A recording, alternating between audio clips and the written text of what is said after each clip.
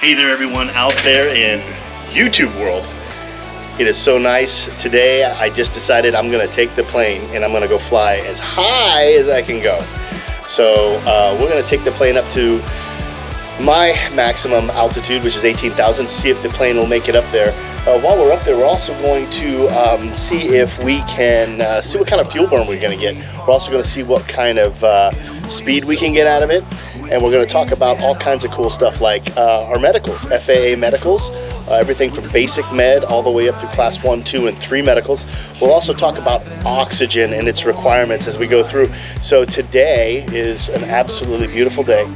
Not a cloud in the sky. My hope is that it's going to be flat, smooth, calm, cool, collected, everything good in the sky. We'll have some O2 with us. We're going to have some fun today. I'm excited to get up, and we'll hopefully see you guys up in the sky.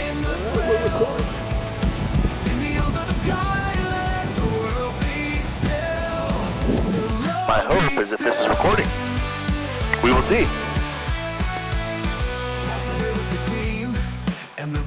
Ames Municipal Airport, Ames, Iowa.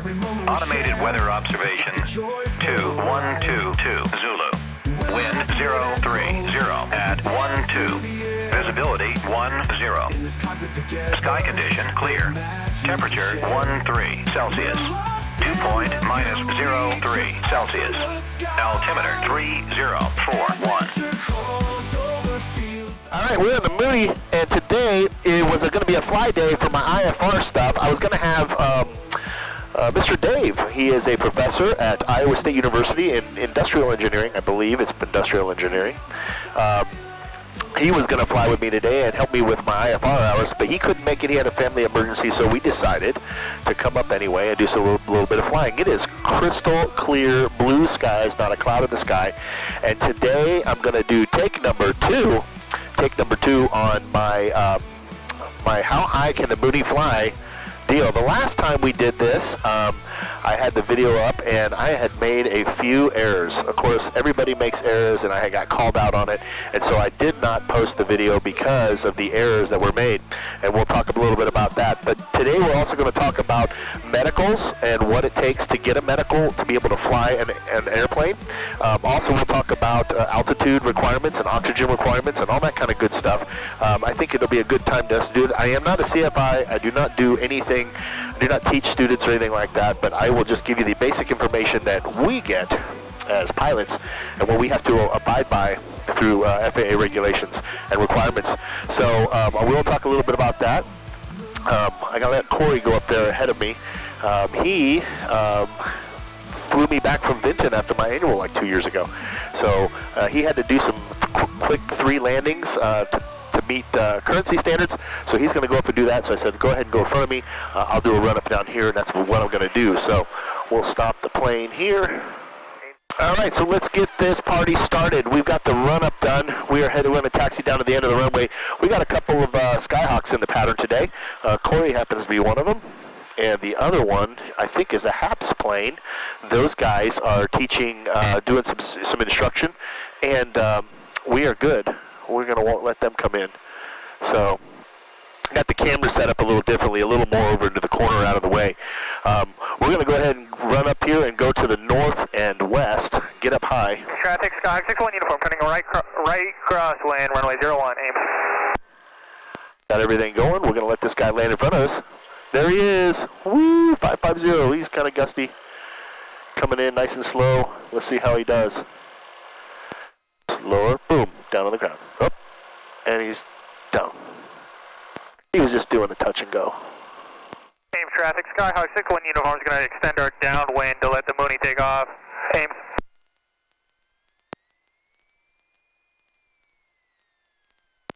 Corey, I'll get out of here in a hurry. Take your time, I like the view. 5350 on the go, runway 1, Ames. Ames traffic, Mooney 875. It's departing runway 01. We're going to make a left turn out to the north and west. Ames. Ames traffic, 61 uniform is going to be on our right base, runway 01, Ames. There we go. We got full power. We're at 40 already. There's 50. There's 60. There's 70. She's feeling light. We got her off. Wow, man, this thing comes off the ground a lot faster with me just in it. There's gear. There's flaps. We're going to scream down the runway. How about that? This looks like fun. Scream, scream, scream. Ames traffic, Skyhawk 55350, making right crosswind. Ames. Burn up the runway. Already doing 150 miles an hour down the runway. Ames traffic, 61 uniforms on final for runway 01. Ames.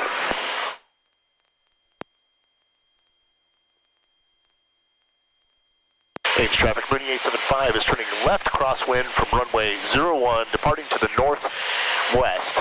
Ames. Ames traffic, Skyhawk 55350, making right downwind. Ames.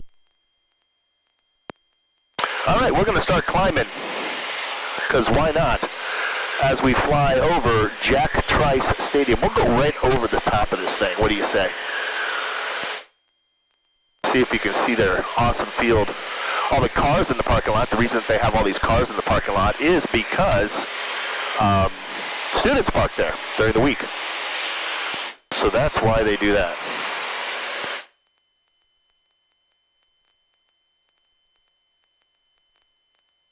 And we're going to climb up. We're climbing currently at 1,200 feet per minute.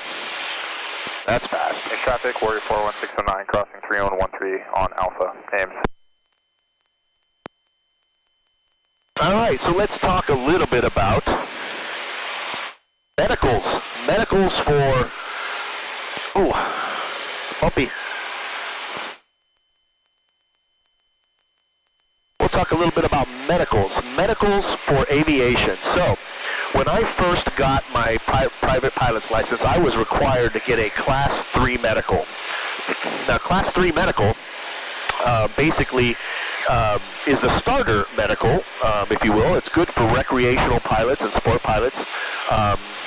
Those guys take those Class 3 medicals. They're not very tough, but they do require you to go through a... Uniform on the go, runway 01, Ames. They do require you to go to an FAA medical doctor. 55350, making right base, Ames. They do require you to go to a medical doctor, an FAA medical doctor, or one that's actually an FAA guy, and you go do this testing. Now, this testing is not too tough. Basically, they take your blood pressure, they ask you some medical questions, and they make sure that you can see things, make sure you can hear, make sure you can see in color, but it's not too stringent. The requirements for a Class 3 medical for me was I was required to take a medical every 2 years. So after 2 years, I'm required to go and take another medical. So I got my first medical, got my license within 11 months, and I was still good under my Class 3 medical. There is a Class 2 medical. Class 2 medical, those are a little tighter standards. Those guys would be like cargo pilots and commercial pilots. If you're getting, I believe, you can get your Class 2 and be a CFI, Certified Flight Instructor. Class 2 medicals are a little more stringent, a little harder. Again, the requirements there are a little different. I believe they're 1 year for every Class 2 medical, so you got to go back every year and get your medical. And those guys are, like I said, commercial guys, cargo pilots, CFIs, that kind of stuff. There is a Class 1 medical, and those are the ATP guys, or the transport pilot guys. Those are the guys that are like Delta and United that fly lots and lots of passengers, right? So those guys, turn that off. That would be my carburetor heat. We don't need that on. Turn that off too. And we're just going to keep climbing. And those guys, Class 1 medicals, those guys have to go every year if you're under 40, and every 6 months if you're over 40, if I remember correctly. So those guys have to do, I think, some heart testing and stuff. They got like EKG stuff or ECG or something crazy where they got to go through and do that every so often. So you know that those guys that are flying those big commercial airlines, they're going through some pretty stringent medicals, obviously for safety reasons. And there's never just one guy flying the plane when you go. There's always a couple of people up there. So, if one guy has a medical issue, the other one can always take off. There are those issues where they have those types of things that happen. So, those are the medicals. There's also one thing that's called Basic Med, which I am currently under now. Now, Basic Med is another whole medical. Now, Basic Med allows you to go to your personal doctor. Rather than to go to an FAA doctor like Class 1, 2, and 3, you can go to your regular doctor. You give him a form, and your regular doctor fills out the form. And you take an online course, and it takes like an hour to 2 hours, an online course where you read a bunch of stuff and you answer questions at the end. And Basic Med is good for 4 years. So for me, that works out good, 4 years. Because I can go see my regular doctor, and since I get regular medical checkups anyway because of my job, I can go to my regular doctor, my personal family physician, and say, hey, listen, I need you to fill out this medical for me. And that's what they do. They fill out this regular medical for me, fills it out, answers all the questions. I do the 2-hour course, and then I'm good for 4 years. But I do have to do the online course every 2 years. So the first time I took it, I did the online course. It gives me 2 years along with my physical that I had from my doctor, and I just recently did my online course again to renew for another 2 years without having to take a physical. So I'm in pretty good health. I don't have to worry about too much, which is nice. I don't take medications. I don't have sleep apnea. I don't have a lot of health issues, which is good for me, but that could change as I get older, and so I want to make sure that I'm good. But Basic Med, because I'm under Basic Med, it does not allow me to do certain things. So, for instance, Basic Med does not allow me to fly into places like Canada. Now, I can fly into the Caribbean and Mexico and all throughout the United States, which is good, but it will not allow me to fly into Canada. The second thing that it doesn't allow me to do, it doesn't allow me to fly with any more than 6 people. So I believe 5 passengers and myself. Well, my plane only holds 4 people, so I don't need to worry about that. It also does not allow me to fly above 18,000 feet. So I can't go above 18,000 feet. But my plane, the service ceiling on it, I believe about 17,500. And we're going to test that today. We're going to get up there as high as we can go in this thing without breaking the 18,000 feet deal. Also, Basic Med does not allow me to fly over 250 knots. Now, this plane doesn't do 250 knots. I imagine even in a nosedive it probably wouldn't do it. There's too much parasitic drag. But I'm not going to test that. But 250 knots is crazy fast. That's like almost 300 miles an hour. And this plane will just simply can't do that. So no worries there. And let's see here. What other? Oh, and lastly, 6,000 pounds is the largest aircraft that I'm able to fly. So 6,000 pounds is as much as I can put it. And this plane is only like 2,600 pounds soaking wet. Like gross weight on this thing is 2,600 pounds. So I will never get to that 6,000 pound mark. So the joy of having a Basic Med, only doing one actual physical every 4 years, and just doing an online course every 2 years is best for me, because I don't have to pay for an FAA medical, since I get regular medicals anyway. And I get regular medicals every 2 years for my job. The DOT requires me to get it every 2 years. It's too bad that they don't correlate and do the same thing over, I wish I could use them both, but I can't. So I get one physical every other year, and then I have to do my FAA medical every other year. So every other year I'm doing something as far as my medical goes. So that is the medical stuff in a nutshell. Now there's going to be some other things. They might ask you when you get your original FAA medical, they're going to ask you questions about your history, like have you ever had any mental diagnoses. They want to make sure that you're right in the head and you don't have some sort of a suicide agenda. They also ask about certain medications, if you're on certain medications. There are certain medications that people take. I don't believe that the medications that some of these people take should deny them a medical, but they do. I believe Adderall is one of them. There are people out there that have attention deficit disorder, and they take Adderall to help them focus, and it really calms down their mind, and it makes them focus on things and function really well. Well, I've seen people on Adderall, and they do perform much, much, much better. But I think the fact that they take it, it denies them the medical and makes it tough for them, at least for the FAA community, because they want to make sure that you're constantly taking it. So I believe there's some other things, epilepsy, other things. So if you have some sort of a medical condition, before you get into aviation, you might want to check to make sure that those medical conditions are going to be okay. And I'm sure that there's some ways around it, but you'd have to talk to a doctor, an FAA medical doctor, to figure out that kind of stuff. So we are currently at 9,200 feet, so we got up here in a hurry. So as we're climbing, I want to make sure that everything is good. We're still climbing, got good temperatures and pressures and all that kind of stuff. It is a bright one today. I do have a pulse oximeter with me today.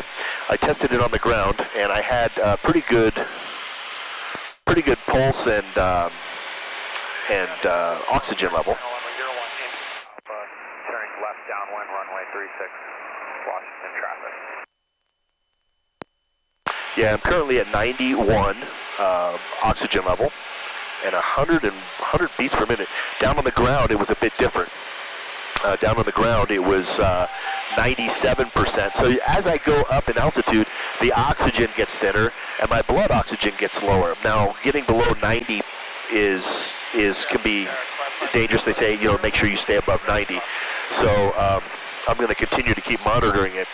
But there are other rules when it comes to oxygen and its safety and FAA regulations. So when you're up in the aircraft, it is a requirement that you, anybody that's the pilot of the aircraft, has to be on constant continual oxygen after 12,500 feet. If I am a pilot, PIC, or a crew member, 12,500 feet is what I have to have oxygen for. Anything over 14,000 feet, I'm sorry, 12,500 feet to 14,500 feet, or 14,000 feet, 12.5 to 14, you can only be in that zone for less than a half hour before you have to be on oxygen. And it is suggested, not required, but suggested that you have oxygen after 10,000 feet, that you're on it if you're up above 10,000 feet for more than 30 minutes. So the 12,500 to 14,000, you have to have oxygen. It's after 30 minutes. Once you get over 14,000 feet, you are required. 14,000 feet, you are required to have oxygen all the time. And above 15,000 feet, it is a requirement to have oxygen for all the passengers on board. They don't have to use it, but they have to have it available to them. Now, I do have oxygen on board. I do have what they call a cannula, which is this funny looking thing. A cannula goes in your nose, and you turn on the oxygen, and I got the oxygen tank in the back, and you turn it to a certain setting, and you start breathing through your nose. Now, let me tell you a little bit about the cannula. Cannula is the sexiest thing alive. We're going to level this thing out a little bit. As we're going up in altitude, noticing that the airspeed's dropping. So as we're climbing, the airspeed's dropping because the air's getting thinner and I'm not able to keep the same rate of climb. So we're at 10,000 feet right now. That is pretty awesome. So since we're at 10,000 feet, I'm going to put this thing on, put the cannula on. So I'm going to get rid of the headset here real quick. All right. I got this sexy cannula in my nose. All right, we are currently climbing out. I'm going to turn on some heat here because, man. Traffic going mid ILS 30, There we go. Whew. Need to get some heat in here. All right, we're going to turn on the air. All right, so we got the fancy cannula in my nose, and we are currently climbing out. We are at 12,700 feet right now. So I take that back. We're at 11,700 feet. So we're going to keep climbing here. We're climbing out at 500 feet per minute. So we're going to continue to keep climbing here. And as we get higher and higher and higher, we will keep breathing oxygen through our nose, because that's important. What I'm going to do now is get my carbon monoxide detector out. It should be back here someplace. All right, I got my fancy little, I just got my carbon monoxide detector out. That's what this is. This is telling me that I have 0 CO2 in the cabin, which is always a bonus. So the way the heat works in this plane is we put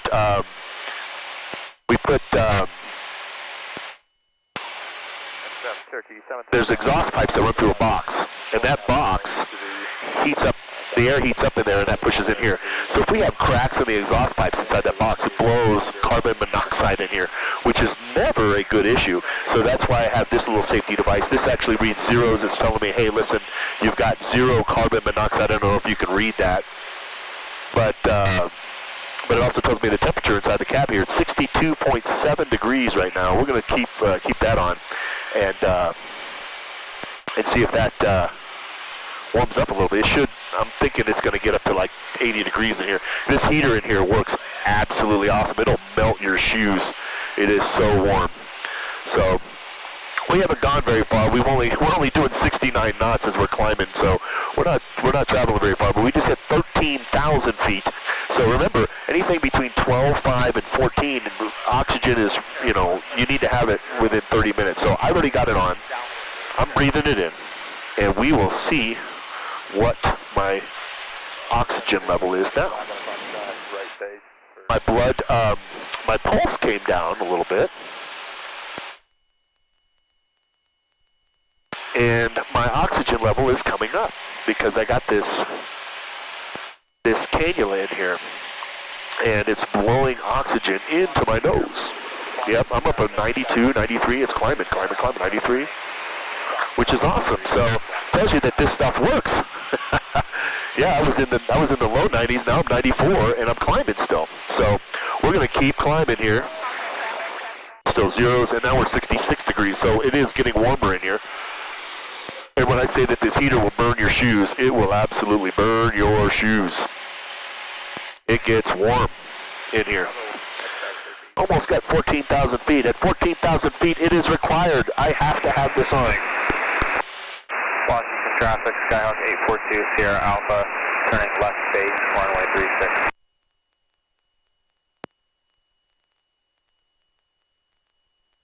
All right, there's 14,000 feet. 14,000 feet in the Mooney, and we are still climbing out. Well, we're climbing out about 300 feet per minute. So this is a carbureted engine, so it is only the 180 horsepower motor. It's not the big 200 horsepower deal, but it is a carbureted deal, and so it's not crazy powerful like some of them. Having this stupid cannula in your nose, trying to figure out ways to make yourself look better so you don't look so dorky wearing a cannula in your nose. I know it's required, but if we can be fashionable, we can be fashionable. So I'm going to turn this into a fashion statement here in a second. Here we go. All right, so I got my cannula in with the fashion, putting on a mustache. It's like a goatee type deal. Goatee, Fu Manchu, I don't know what you call these things. But yeah. Ultra sexy now, bringing the sexy back. Justin Timberlake talked about that, bringing sexy back. I'm doing it with a cannula in my nose. That's right. Now you're probably wondering. All right, so he's definitely oxygen deprived, right? He can't be acting this goofy. And be good, but I'm good. I'm going to test my oxygen again here. We're at almost 15,000 feet. Still climbing up about 400 feet per minute. I'm at 91% oxygen level with 100 beats per minute. That's pretty high. Normally when I'm resting, it's like 60. So I think it's all the talking and stuff. It's definitely not nerves, because I feel pretty comfortable up here. Woo!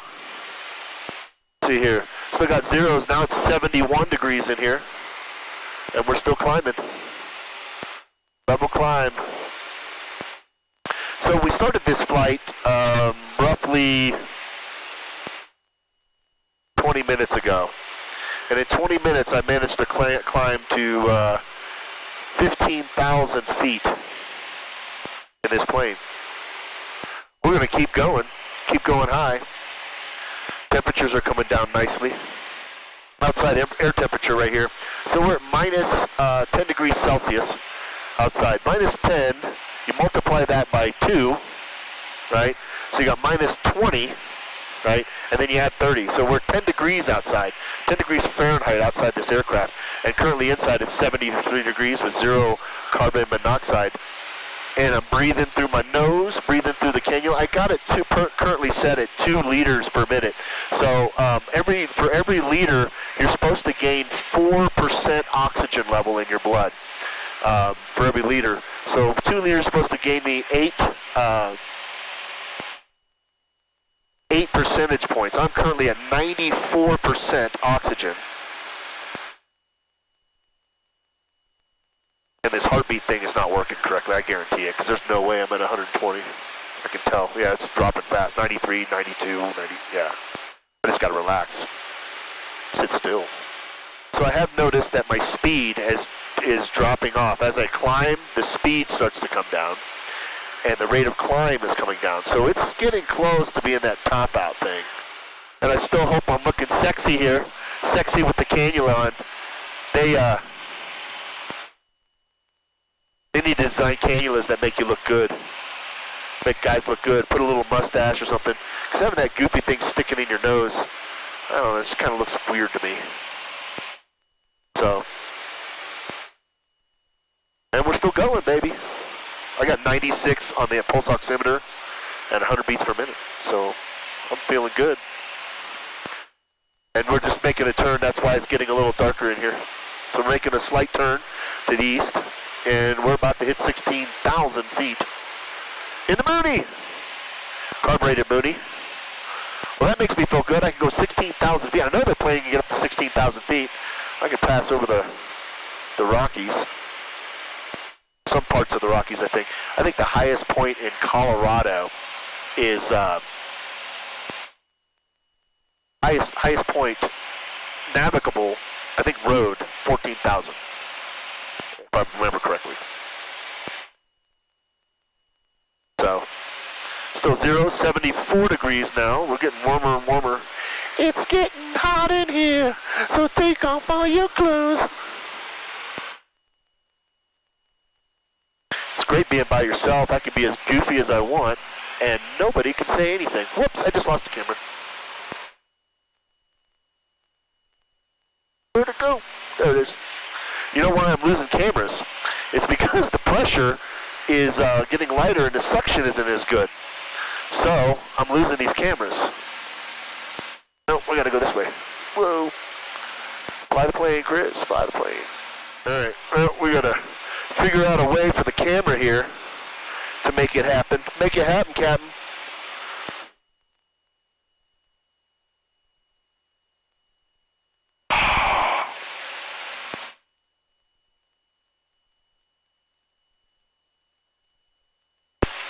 Yep, losing cameras like crazy. Get him, cook up, prep, back up, Captain. Oh, there we are. Oh, no. Oh, there we are. Let's see here. All right, we're good. We're good. 16,500 feet, and we're still climbing. And cameras are still happening, I think. All right, cameras are still going. That's a bonus. 74 degrees, 0 there. And we will see what we have for pulse oximeter. cannula in the nose. Almost hit 17,000 feet.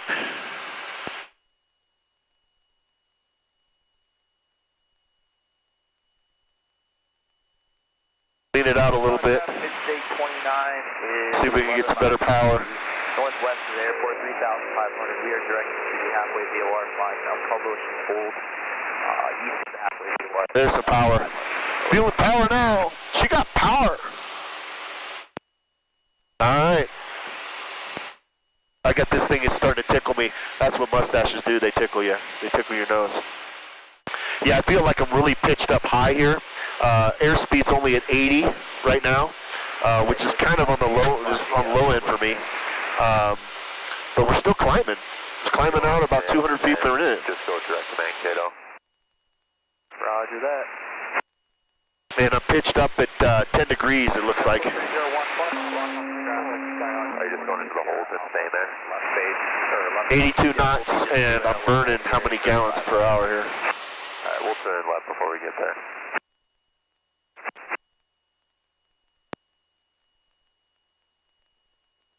Roughly 9 gallons, it fluctuates, 7.8, 7.9, 7.8, 7.7, 7.5, 7.7. So we're burning about 7 gallons an hour up here, but we're not going very fast. Airspeed, it's only indicated airspeed up here is only 80. It's obviously a lot faster with thinner air. It's not able to push into that pitot tube as hard as it should. But it says ground speed of 85 knots. I'm guessing 100 miles an hour across the ground in a climb. So 17,500 feet. We're going to take a picture of this bad boy. All this stuff is certified as well, so I should be good to go. No, I got to take a picture of myself here.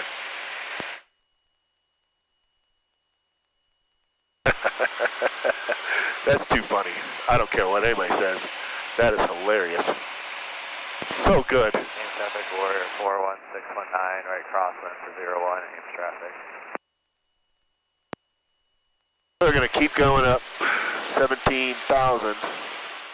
So the Mooney is currently up here at, Mooney's currently up here at 17,800, almost 800 feet. That's pretty high. So we're still climbing out at 300 feet a minute. I'm at 17.9. This is as high as I'm going to go, doing 80 miles an hour. So we know that this plane will climb up to 18,000 feet. I'm still climbing at 17.9. We're going to level out and get some speed underneath us here. See what we can do for speed up here. So currently 17,900 feet. 17,900 feet on oxygen. Not going to break the 18,000 feet mark. But boy, I tell you what, level says I'm doing 95 airspeed, 101 knots across the ground. It's going to take a bit for this plane to like start really catching fire and start going. But I'm only burning 7.5 gallons an hour, 7.3, 7.2, 7.1, which is great fuel economy. And if you could get a really nice tailwind, like I'm talking like 80 knot tailwind, you could get up here and really motor, which is which would save you fuel, and you can get across country. So altitude means a lot. You got to plan those flights out. And all right, we are at 17,990 feet. We'll go ahead and start a descent. 7 gallons per hour, 7.1, 7.3, 7.2. That is amazing to me. That is saying fantastic. So Ames Municipal is currently 22 miles away. I only went 22 miles away. That is amazing. Traffic, Warrior 41619. All right. 6 Washington traffic. We'll go ahead and start our descent from 18,000. 121 knots. Well, that was fun. This plane we know can go above 18,000 feet if we needed it to. I don't need it to ever. But today was all about getting up high on a beautiful, beautiful day. It is absolutely beautiful out. I love it up here. 4,500 feet. On left tank. Runway 2. We count. We will start our descent.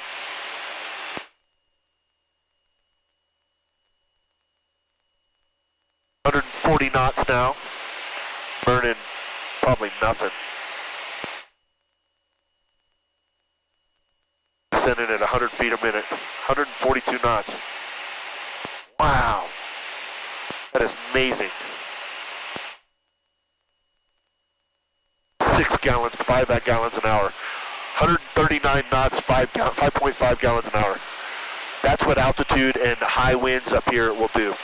So if you can find a nice tailwind up here, you can get going fast and not burn much fuel.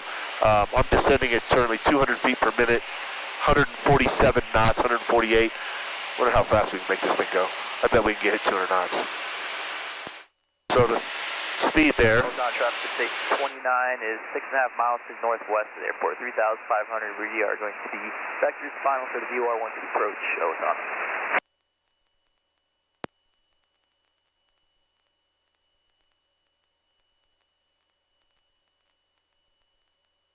So currently going down 500 feet per minute.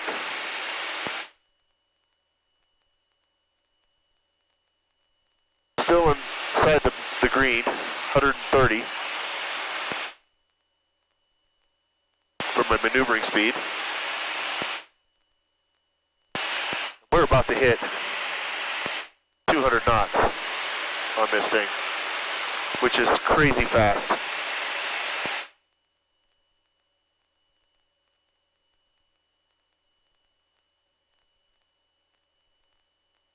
There's 201. 140. Wow, it's getting bright. It's getting bright. I can't even see how. That is 201. And we are at 17,000 feet.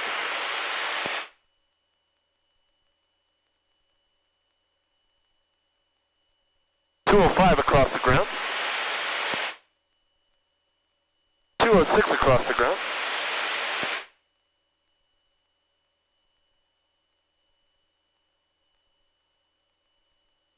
Mooney, zoom, zoom, baby.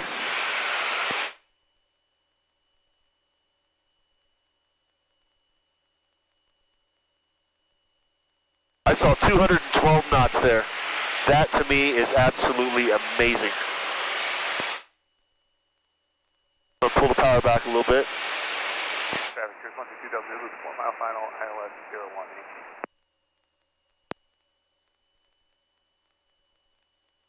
3 gallons per hour, 4 gallons per hour. It's getting cold in here too. What's the temperature? 71, zeros. Feeling a lot of breeze through here as we get that speed going. Wow, that was amazing. The ground speed that we were able to do. We're at the tail end of our downwind. That is impressive. Impressive. Well, anyway, we got up to almost 18,000 feet. We know that this plane will go up above 18,000 feet. Carbureted engine. Love it that it can go that high. Not that I ever want to do that kind of stuff. Having oxygen is a requirement anytime you're over 14,000 feet or over 12,500 feet. 12,500 feet for more than 30 minutes. So we have oxygen on. My oxygen level is good. I hear that little horn. That little horn is my manifold pressure horn saying, hey, listen, you need to get the gear down. But we're kind of cruising right now. So we're going to see what the oxygen content for me is. All right, oxygen level is good. Still in the 90s. We're looking at airport right out here in front of me. No factor. Roger, thanks for the help. Yeah, no problem. Ears are popping. Descending down, we're currently at 14,000 feet. Wow, we are high. This is amazing. So once we get down below 10,000 feet, I'll take the cannula off and turn off the oxygen. And then we'll go ahead and land. Wow. amazing up here.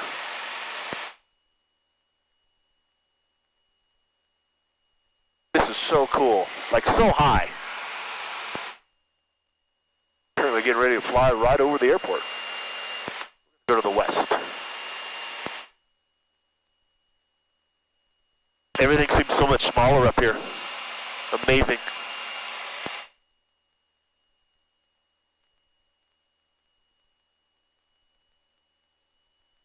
So much fun. Atlantic area traffic, Cherokee right below us. 196 Juliet is entering left-hand traffic for the airport.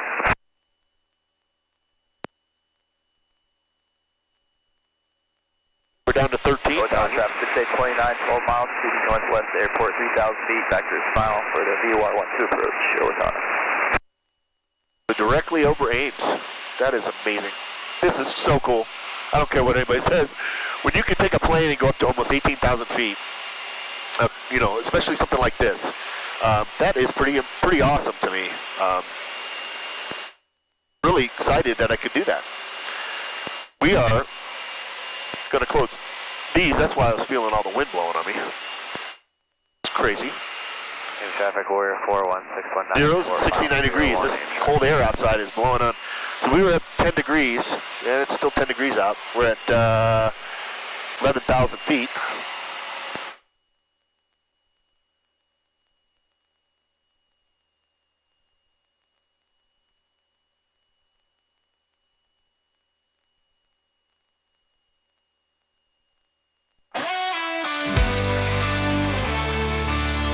Got the runway behind me.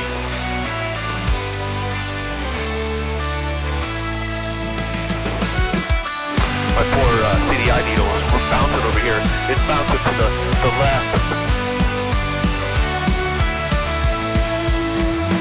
Up in the sky, where the clouds gently part, in a Mooney we soar, with dreams in our heart. Chris at the controls, with a smile so bright, chasing horizons in the morning light. Feel the freedom, it's our time to fly. Adventure calls over fields of gold. With every turn, more stories unfold. Through the heart of Iowa, we're chasing the thrill. In the arms of the sky, let the world be still. We'll all be still.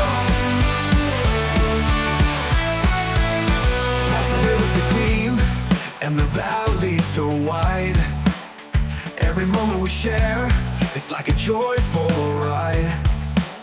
With laughter that echoes as we dance through the air. In this cockpit together, there's magic to share. We're lost in the beauty, just us in the sky. Adventure calls over fields of gold. Turn, more stories unfold. Through the heart of Iowa. So as I come in, the GoPro, why did I keep saying GoPro? GoPro. So as I'm coming in, the GoPro batteries die. Why do they keep dying on me? I go up for a flight, less than an hour. It's like 40 minutes, and they die on me, but they do.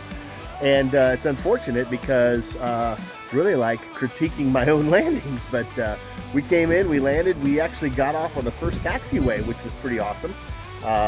For me, it's really awesome because it means I was coming in nice and slow, and the winds were maybe pushing a little harder than I expected to. But anyway, great time. Get up to 18,000 feet, almost 18,000, and come down and reach 212, I think, is the top knots on the ground speed, which is crazy fast. It just goes to show you how much wind is up there and what direction. If you fly with it, you can really push yourself along and burn a lot less fuel. So when we plan those trips, we always try to look at the winds aloft and see where they're at. So this was a lot of fun today. Beautiful blue skies. Loved it. Loved it. And love you guys. Remember that I love you and that the Lord loves you. And it doesn't hurt to give at least 1 hour a week to God. So go to church. You'll find plenty of blessings there. I guarantee it. And until we see each other again, you guys take care and stay safe. We'll see you. Bye.